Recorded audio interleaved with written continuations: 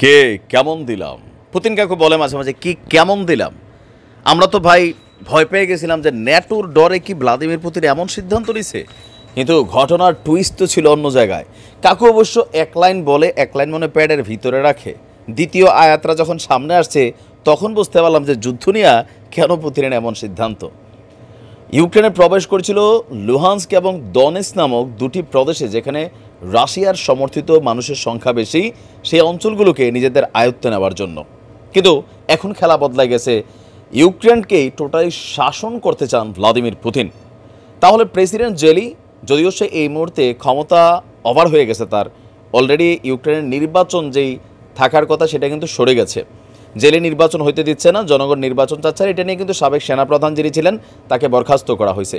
এই যে ক্ষমতাকে অন্যভাবে জেলি ক্ষমতায় ধরে রাখছে, এখন রাশিয়ার পুতিন বলছে ইউক্রেনের সরকারি প্রতিনিধিদের সাথে মস্কো শান্তি সংলাপ শুরু করতে আগ্রহী। কার সাথে? সরকারি প্রতিনিধিদের সাথে।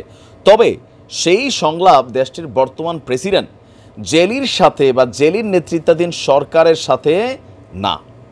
তাহলে কি নতুন সরকার গঠন করার চিন্তা? রাইট। জেলি একটা বক্তব্য দিয়েছিল, সম্ভবত এটা গত বছর, যে পুতিন জিন্দা থাকতে রাশিয়ার সাথে কোনো আপোষ হবে না। ওই যে কথাটা, সেই কথাটার ঝাল এখন কিন্তু আসতেছে। অলরেডি আপনারা জানেন যে ইউক্রেনের বেশিরভাগ অঞ্চলই এখন রাশিয়ার দখলে।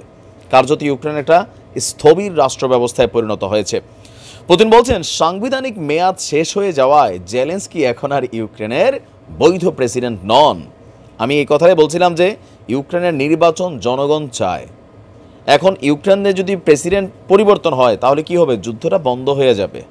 আমেরিকার নেতৃত্বাধীন যে সিদ্ধান্ত বা ন্যাটোর সিদ্ধান্ত, নতুন রাষ্ট্র ক্ষমতায় আসা সরকার নাও মানতে পারে।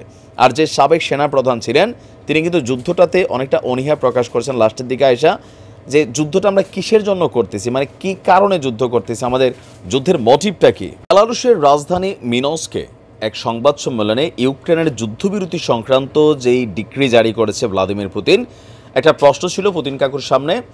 বেলারুশের প্রেসিডেন্ট আলেকজান্ডার লুকাশেঙ্কো পুতিন কাকুর পাশেই ছিলেন। তো সাংবাদিকদের প্রশ্নের জবাবে পুতিন কাকু বলছেন যে ইউক্রেনের সাথে শান্তি সংলাপ ফের শুরু হওয়ার ব্যাপারটি অবশ্যই কাণ্ডজ্ঞান এবং বাস্তব পরিস্থিতির সাথে সংগতিপূর্ণ হওয়া উচিত। আমরা ইউক্রেনের প্রতিনিধিদের সাথে আলোচনা করতে চাই, কিন্তু কাদের সঙ্গে আমরা সংলাপ শুরু করব? আমরা জানি এটা খুবই অদ্ভুত প্রশ্ন, কিন্তু একেবারে ভিত্তিহীন নয়। কারণ আমরা জানি যে যিনি সরকার, ইউক্রেনে যিনি সরকার এবং রাষ্ট্রপ্রধান হিসেবে আছেন তার মেয়াদ কিন্তু শেষ হয়ে গেছে। তার নেতৃত্বাধীন যে সরকার এখন পরিচালিত হচ্ছে এটা ইউক্রেনের বৈধ সরকার নয়। আপনার জেলেনস্কির সাংবিধানিক মেয়াদ শেষ হয়েছে গত 20 মে। আজকে আমরা দেখতেছি যেটা অলরেডি ওভার হয়েছে। সেই ডিক্রিতে বলা হয়েছিল যে যতদিন ইউক্রেনের যুদ্ধাবস্থা থাকবে ততদিন তিনি ইউক্রেনের প্রেসিডেন্ট পদে থাকবেন। এখন এইটা কি ইউক্রেনের জনগণ মাইনা নিচ্ছে? জনগণ মানলো না মানলো ডাজন্ট ফ্যাক্ট, আমেরিকা চাচ্ছে জেলি থাকছে। আর নির্বাচন নিয়ে একটা আলোচনা উঠে আসছিল মাঝখানে, আমি আপনাদেরকে নিউজটা দিয়েছিলাম। তখন ওই আলোচনাটার ফোকাসে ছিল সাবেক সেনাপ্রধান, যে তার জনপ্রিয়তা জেলি থেকে বেশি।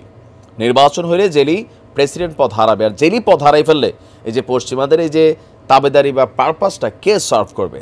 তো পুতিনও ঠুইকা দিছে। যাক, দুপুরে খবরটা দিয়েছিলাম যে কাকু কি ন্যাটোরে ডরালো না, আমি নিজে একটু কনফিউজ ছিলাম।